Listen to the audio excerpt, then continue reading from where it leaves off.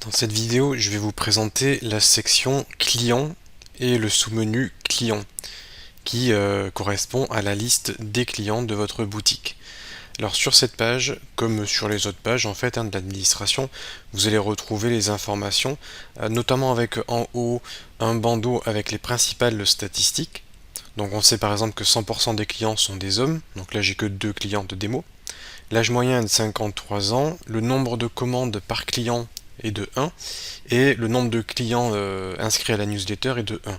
Bon là évidemment ce sont des statistiques d'exemple, il n'y a que un seul client qui est actif au final, mais vous comprenez le principe, ici vous pouvez avoir un coup d'œil sur ces stats, et par exemple si vous créez un site e-commerce qui vend des produits pour hommes ou pour femmes, mais que 75% de vos clients sont des hommes, ça serait peut-être plus judicieux de mettre en avant les produits pour hommes, euh, parce que 75% des gens seraient intéressés par ces produits.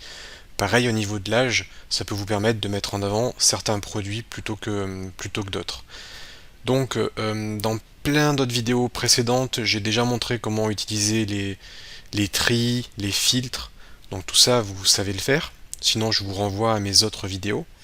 Et au niveau des actions que vous pouvez réaliser sur la page client, ça va être d'éditer un client ici, ou d'afficher le client.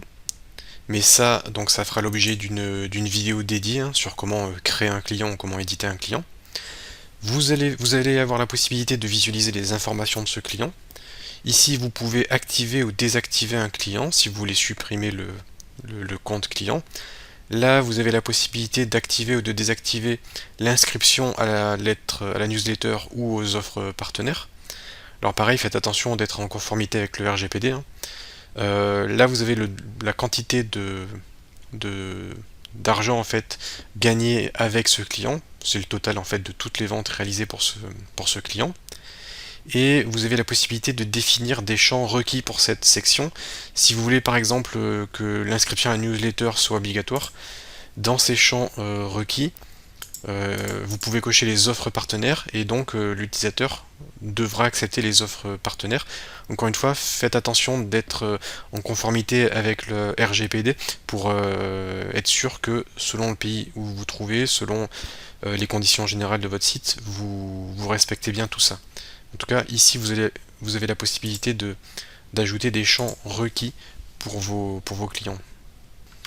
Donc voilà, sinon pas grand chose à dire sur cette liste. Vous avez des actions groupées ici pour faire rapidement un traitement en lot. Vous pouvez rechercher un client. Si par exemple un client vous contacte parce qu'il veut récupérer ses données personnelles ou parce qu'il s'est trompé au niveau de son adresse, vous aurez la possibilité de retrouver rapidement ce client, d'éditer le client et de vous assurer que ses coordonnées sont correctes. Mais ça, comme je vous l'ai dit, ça fera l'objet d'une vidéo dédiée.